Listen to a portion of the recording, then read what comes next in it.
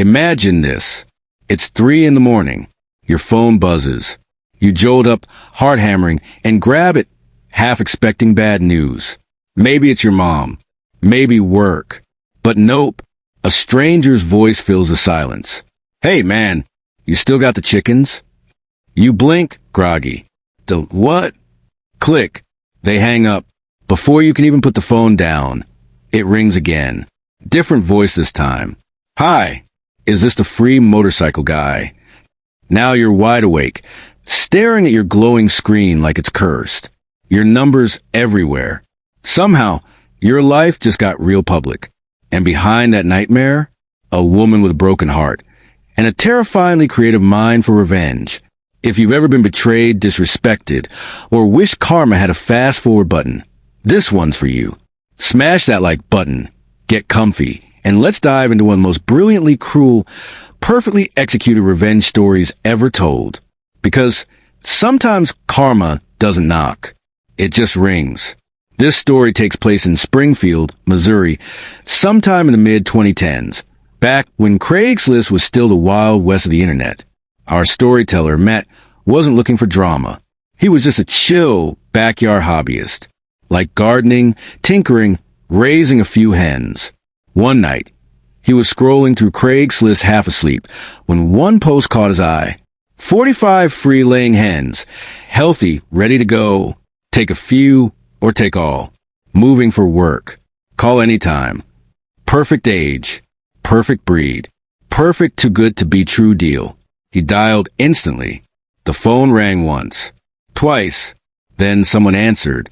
And the first thing Matt heard was pure rage. What now? Matt froze. Sorry. I just saw your ad about the chickens. There are no chickens. She's doing it again. That was how Matt met Ryan, a man whose peace had been completely demolished. Once Ryan calmed down, the truth came spilling out messy, exhausted, bitter. His ex, Lena, had found out he'd been cheating. She caught him through his phone, a notification he forgot to hide. He said she didn't yell, didn't cry. She just stared at him, like she was watching something valuable turn to dust. She packed her bags, left her key on the counter, and walked out. He figured that was the end. But Lena wasn't the type to scream. She was the type to plan. She started posting fake Craigslist ads, Ryan said, rubbing his temples. With my number, free stuff, chickens, dogs, motorcycles, furniture. My phone hasn't stopped ringing for days. Matt could hear it in his voice, that mix of disbelief and guilt. She's creative, Matt said quietly. Ryan laughed, a short, bitter sound. Creative? Try relentless. I delete one post, and 2 more pop up. New email, new city, new photos. She's turned Craigslist into a weapon. And the worst part? He couldn't even change his number. It was his work phone. His boss clients, everything tied to it. He was trapped in his own personal ringtone hell. The next few days were a blur of constant buzzing. Ryan said he couldn't even tell when the day started or ended. Every few minutes, another stranger's voice filled the air. Hey, man, still got that free couch? You the guy with the kittens? I'm outside your building for the puppies. It was chaos. He tried being polite at first. Then he stopped answering altogether. But they just kept calling. And it wasn't just phone calls. People started showing up. A family of 4 once knocked on his apartment door with a cardboard box, saying they were here for the kittens. Ryan stood there, speechless.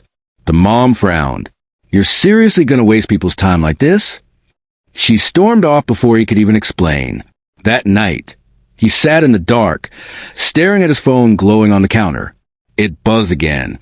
Then again. Then again.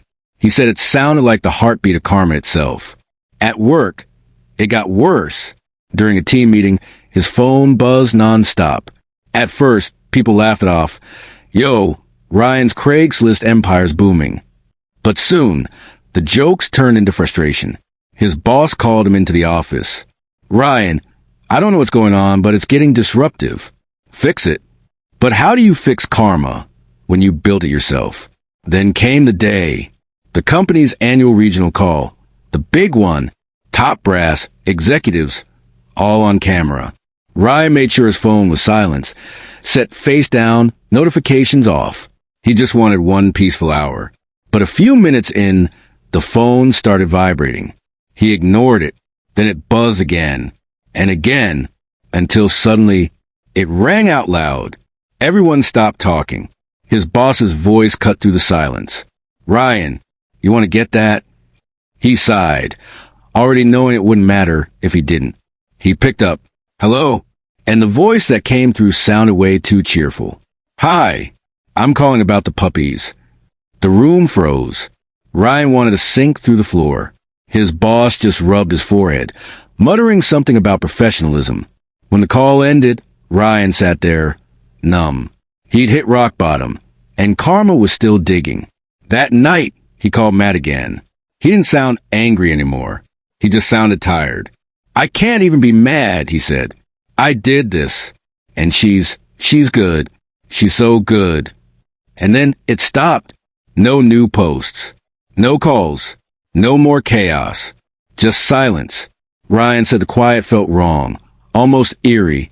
He'd pick up his phone every few minutes, expecting it to buzz. But nothing. And that's when it hit him. Lena didn't just get revenge. She rewired him. Every vibration, every ringtone, every unknown number, they all triggered that same wave of guilt. She didn't just make him suffer. She made him remember. Even months later, co-workers tease him. "Hey, Ryan, more chickens?" He'd force a laugh, but everyone could see that little flinch. He'd been trained by karma herself. When Matt shared the story online, people couldn't stop talking about it. Because this wasn't your average revenge. It was poetic justice. Lena didn't ruin his career, didn't slash his tires or post his info online.